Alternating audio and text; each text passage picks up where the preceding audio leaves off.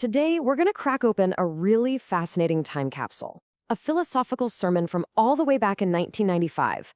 What's so interesting is that it tries to lay out a spiritual blueprint for not just an individual's enlightenment, but for a total transformation of society, something the speaker calls a revolution of happiness. It's a pretty ambitious vision, so let's break down how the speaker builds this argument piece by piece. All right, so here's how we're going to tackle this. We'll break it down into four main parts. First up, we'll dive into the fundamental principles the speaker says are the bedrock of correct Buddhism. Then, we'll explore the law of cause and effect that's supposed to govern everything. After that, we'll see how these pretty abstract ideas get applied to society and government. And finally, we'll wrap up by unpacking the ultimate goal, this so-called revolution of happiness. Right, so let's get started at the very beginning. The speaker argues that you can basically test any Buddhist teaching against three core principles, or seals, to figure out if it's the real deal. And really, that's the big question this whole sermon is trying to answer, isn't it? How do you tell the difference between a path that leads to freedom and one that, well, leads to more suffering? According to the speaker, the answer is hidden in these three ancient truths. So the first seal is Shogyo Mujo, which basically means all things are impermanent. Just think of life as a river that's always flowing. You can never step in the same spot twice. Our youth, our stuff, our relationships, it's all temporary. The speaker's point is that our suffering, well, it comes from trying to hold on tight to things that are just designed to slip through our fingers. Next up is Shoho Muga. All things have no self. Now, this one's a little more mind-bending. It's the idea that the solid, permanent me we think we are is actually an illusion. Our bodies change, our thoughts come and go. And you know, what's fascinating here is the sermon gets super specific. It says that all the political parties that existed back in 1995, they'd be gone in the 21st century. I mean, talk about a bold prediction, right? But it's a powerful way of saying nothing is permanent, not even the things we build our societies on. And the third seal, Nirvana Jakujo, tells us that nirvana is tranquility. Now, the sermon is really clear on this point. This isn't some pie-in-the-sky afterlife. It's a state of deep, deep peace and freedom that you can actually achieve right here, right now. So how do you do it? By putting out what it calls bonno, those inner flames of greed, anger, and delusion that really cause all our problems. Okay, so if everything is always changing and doesn't have a permanent self, what's holding it all together? What are the rules of the game? Well, according to the speaker, it all boils down to one fundamental law of causality. And that principle is called engi, or interconnected causality. You can think of it as the operating system for the entire universe in this worldview.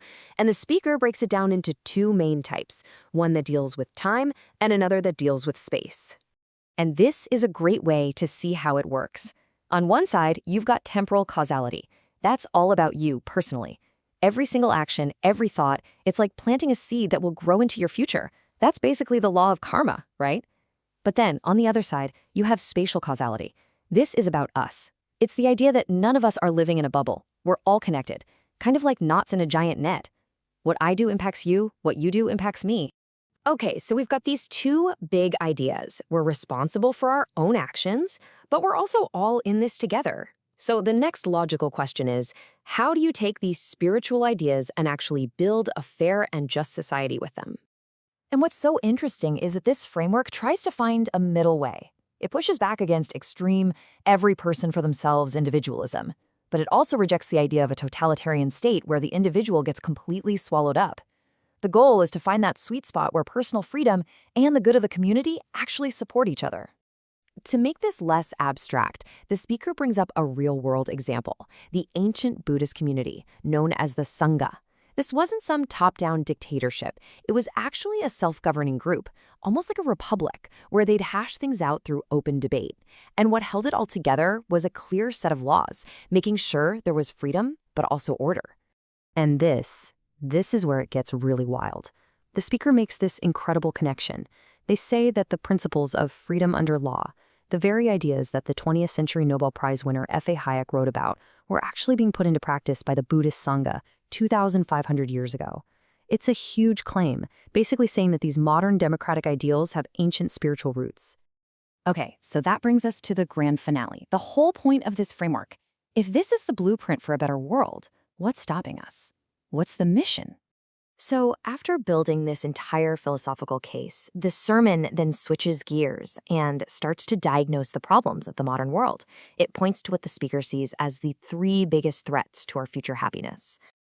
Okay, so first on the list are what the sermon calls false religions. Basically, any teaching that strays from those core principles we talked about.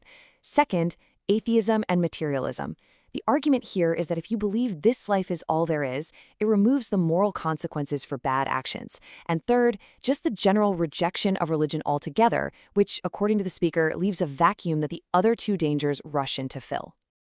And faced with these threats, the speaker makes this incredibly bold, personal statement. This isn't just theory for them. It's a personal mission to fundamentally change where humanity is headed.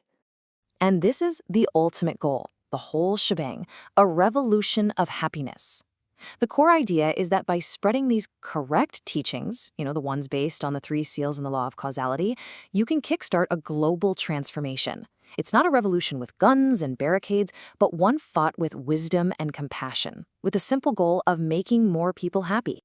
So when you boil it all down, what this 1995 sermon is really trying to do is create this grand, unified theory that connects our innermost thoughts to the fate of the entire world. And it leaves us with a really powerful question to chew on. In our own complicated, messy world today, how do we take ancient wisdom and make it relevant? What would a revolution of happiness actually look like for us right now?